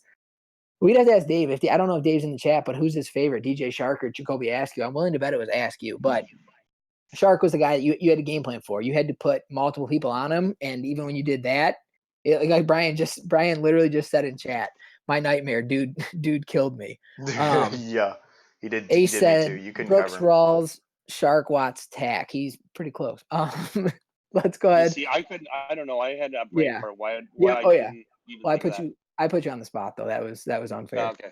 Yeah. But let's go ahead here. We'll move on to number 4, Chark, to another receiver. One quick thing about Chark though. This guy, another dude that really wasn't a high overall player starting out. I know he had the quick or starred. I think he had quick dev, but he was like a 73 overall starting out. Great speed, but really low overall, similar to what was his name? The linebacker.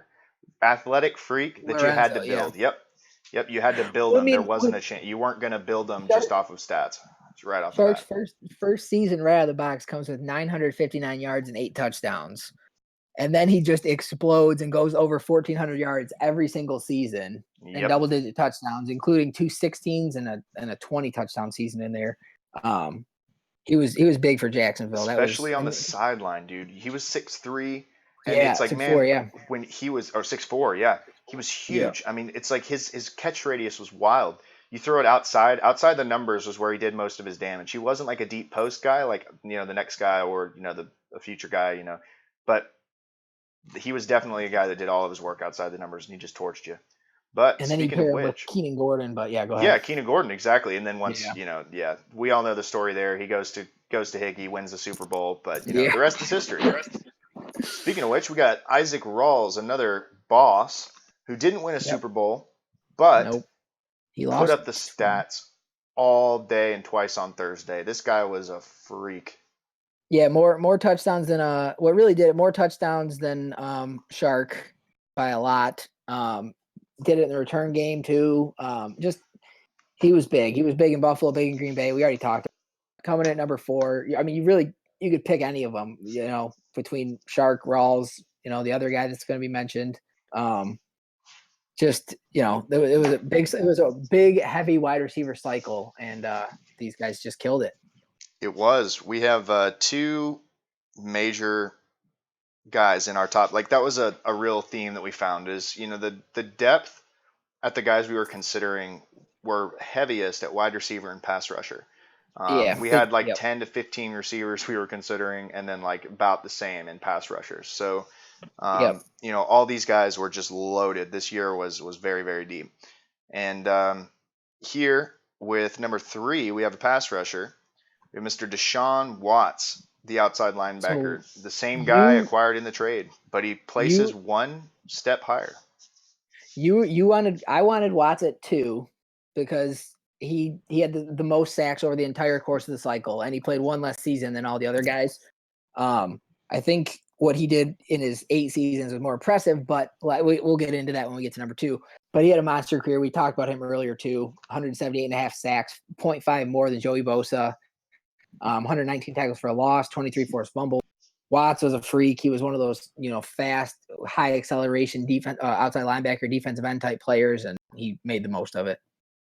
Did you miss him when he was gone? I definitely didn't have the sack production like I did for sure. I got enough pressure, but I just had a nice secondary, so it kind of counteracted that. But it definitely made a difference against really skilled users to not be able to rush the passer as much as you wanted. And that hurt when Watts was gone. But yeah, I hear you. Because I noticed him when I played JMO, that's for sure. Oh yeah, he easily one of the best. I think he was the third guy to get to 99 over after Rawls and what's his name, the bum in Baltimore. But yeah, let's go ahead and move on. Number 2, which is an interesting story with number 2, man. It is Perry Pennell. No, I'm kidding. What? I'm joking entirely. So this guy, I pounded, and like Nick said, I pounded the table for it. This is a dude that the debate went on for a pretty good time was DeSean Watts versus this man, number 2, Takk McKinley. And obviously he's number 2, so it seems like I won out. So here's my argument. For all you beautiful listeners out there and, your loved ones at home, you can take this home and put it in your oven and bake it, and hopefully it'll taste good. The Takk McKinley. There you have it. Yeah. That was my argument. Done. I'll just leave. But Takk McKinley was the most feared defensive player that walked on the XFL field. Yep. In his time, I know we're all going to sit here and joke about how when he played for New York, it's like he just died, and he did. But this guy, in like the 5 seasons he played for Atlanta, he got almost the same amount of total sacks as number 3 DeSean Watts had over the entirety of his career. Oh, dang. A little bit. All right. Well, the good thing is. Yeah, go ahead. You're good. Yeah, the good thing is I'll come through clear on the stream because I'm, go ahead, off wire there. But the Takk McKinley was a freak. I mean, he was the one dude on defense you 100% had a game plan for. He was similar to, we joked about Hakeem Spriggs, how you had to watch out for what side of the field he was on. He didn't have the production. That's why he wasn't able to make the top 25 list. He didn't also have like the same amount of seasons. It was kind of one of those things, a boom or bust. But Takk McKinley was insane. I mean, the almost 40 sack season. I mean, you can't. Yeah. I could go on and on about how this guy just changed the game. When Takk had that season, literally the staff looked around and said, guys, what are we going to do? This is what, do we need to what are we going to do? But you can't. I mean, this is a user defensive line league. Takk McKinley was the ultimate user D lineman. He'd shed immediately, and a split second later, he was up your quarterback's ass. There was nothing you could do to stop it. You could put a halfback in, done. He'll shed off him immediately. What do you think, man? Yeah. I mean, I thought playing this guy, I've never had a game plan or thought, never actually had to think about who was coming for me on the pass rush like I had Takk McKinley. Yeah. Which he caused problems, especially early in the cycle. Josh, I mean, you can look at his stats and see the drop off and tell when he went to the Giants immediately. Yeah. But 26.5 sacks, 35 sacks, 38 sacks. It's just insane when you have that speed with that acceleration with those pass rushing moves. 30. I mean, honestly, if he stays with the Falcons all cycle, he's probably the number 1 player of the cycle, and it's probably not even really a debate. No, not at all. But he didn't, and now he's but 38 forced fumbles. Oh my God. Yeah, this guy was. Is that how he got the QB? What'd you say? Was that the Hefner trade? Yeah, that was the Hefner trade. Yep. Which, I mean, so Takk played way better in Atlanta. Hefner played way better in New York. Terrible trade for both of them. Yeah. I think Takk had 3 sacks with Chad. Let's see. I have the number. Actually, no. So that's how you know he's that good of a player, because he had 36 sacks in 3 seasons with Chad. Oh, that's not bad. Yeah, 15.5, 10 over and 10. That's pretty good. Yeah. I mean, for a fact that was all Takk. There was no chance that was user skill. And that's the thing is, Josh, we like to give him hell, but man, I know he'll listen to this tomorrow. Like, Josh is one of the best user defensive linemen in this league. Oh, for sure, yeah. You look at Santez Clark, the guy who's in the XFL Hall of Fame now. Yep. Tack McKinley. I mean, he made every single one of his guys great. Similar to, very similar to Brent in that way. Brent was another good user, defensive lineman. Season 1, I was trying to get Tack from. Tack only had 7 sacks and 25 tackles. He was riding his bench, and I tried to get Tack for 2 second-round picks, and we all but agreed to the deal. And then Josh backed out last second, or else he's a Green Bay Packer starting season 2. Oh my gosh, can you imagine? And yeah, but he kept him, and look what happened. So it was back when everyone liked power rushers, but he was finesse. Yep, and I know, guys. Now this is another thing to go whenever we're going into Madden 20. When we make this top 25 list, we really think about dominance. Who are the guys that were the dominant players that really you'll just look back on the cycle and say, damn, didn't Tack McKinley have like 30 or 40 sacks that one year? Yeah. We're going to look back. I mean, that's similar up there with Josh Jones getting 20 a year. I mean, this 20 picks a year. This is a Hall of Fame level defensive line production that we might never see again in the XFL. All right, well, let's go ahead and move on here to number 1. Number 1. Da da da da da da. Can you give me a drum roll or something, Dan? No. All right. No, I can't. All right, good try. Good effort. I'll give you a C minus maybe. All right. It's not as good as your last recipe that you just gave us for the family. Take it home and put it in the pot. Yeah, there you go. They already put it in the pot. They already cooked it, man. They don't got anything else. So put this one in the pot. Yank it up. Let's go to number 1 now. All right, Barry Brooks is the number 1 player of your XCFL cycle. Nick, he was your boy. Yeah, he did well. 151 receiving touchdowns, 23 rushing touchdowns, 12 return touchdowns, and he threw 2 touchdowns as well. He did it all. When I figured out you could use him in the Wildcat formation and stuff, it got a lot more fun. But I mean, he put up big numbers, and he was hurt the last season, but he was huge for both my Super Bowl runs. And he had a big cycle, so that's all I can really say about him. Tell me the 2 touchdown passes were against Brian. No, one was he threw 3. One in the playoffs against VBD, I remember, but I forget who the other ones were against. I bet VBD threw his controller, guaranteed.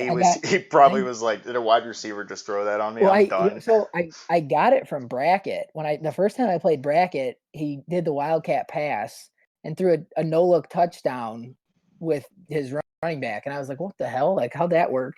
And so then I was messing around with it in practice mode, and I was like, oh, this is kind of cool. So then I used it again against Brackett, I think, with Brooks to get him back. So it was fun. But how goes cycle? Reeves, go ahead and pull up the entire top 25 here. All right. If you got. Do we want to look at the honorable mention first, or are we going to look at the? Oh yeah, the honorable mention. Yep.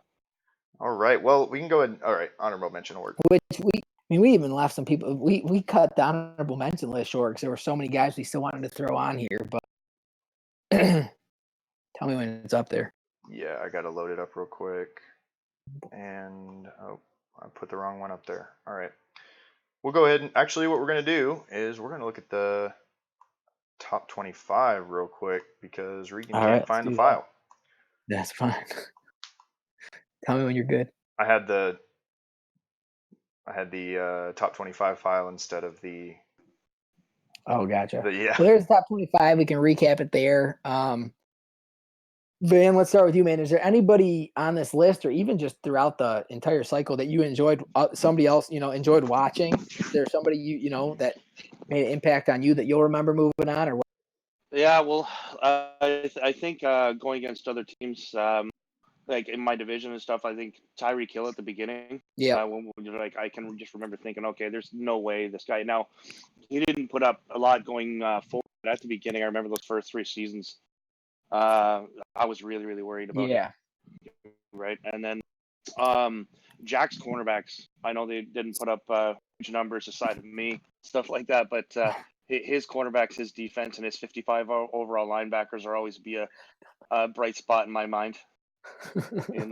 And but as far as honorable mentions go, I would have loved to seen Pino get on there. And what's his name? King from my secondary there. So King, I had King in my top 25. I'll be straight up with that. I don't think Regan did, but I liked Desmond King. Awesome. He had just a few less of each thing than Adrian Amos, but King was a beast all play long, and he was somebody I had, locked in. But then as we got to talking, he just, but he was a monster, and I wanted to. Well, he's on the honorable mention list for sure. We have that. We'll pull that up when Reeves is ready. But Reeves, what about you? Anybody on this list you're enjoyed watching or playing against, or you're a fan of? Let's see here. Now that I'm finally looking at it. I like Boone's question, really though. Where are you at? If you could buy one jersey of somebody else, who would you buy? That's a cool question. That is a good question. Because I don't know. I mean, you said earlier like DeSean Jones, that's for sure. Mine would probably be man. No, mine was who was it? I said it in oh yeah. I was gonna say Boone asked me that question in my exit interview, and my answer was I would buy a Baker Mayfield jersey because that guy, oh man, he threw my defensive backs. He single-handedly developed my defensive backs for me. Oh yeah, Sean's yeah. I would have got Dots' son's jersey. Oh yeah, that guy was great. The number 69 jersey that was the first openly gay. Yeah, that was beautiful. That's a Boone special right there. That's something only Boone can pull off. Let's go ahead and pull up honorable mention. I sure do. We got it here. So our quarterback. Yeah, you want to go ahead and read out the list? Yeah, we got quarterback Bryce Hepner, Alvin Kamara, running back Corey Clement, who was a touchdown monster in Philly. Naheem Hines put up huge numbers. Rashad Poyer just missed the top 25. John Ross, DJ Moore, Khalil Mack, Alan Agnew just missed it. McBride, the middle linebacker from the Jets and 49ers. Miles Jack, Tremaine Edmonds.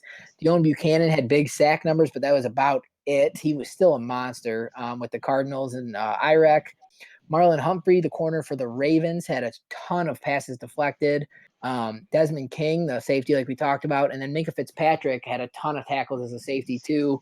And I mean, you could have put Roquan Smith. You could have put, there's just Ryan Peanut. Like you said, there's so many guys that we could have put on an honorable mention list that we almost need to start doing a top 20 or top 50, but it just is so tough to come up with.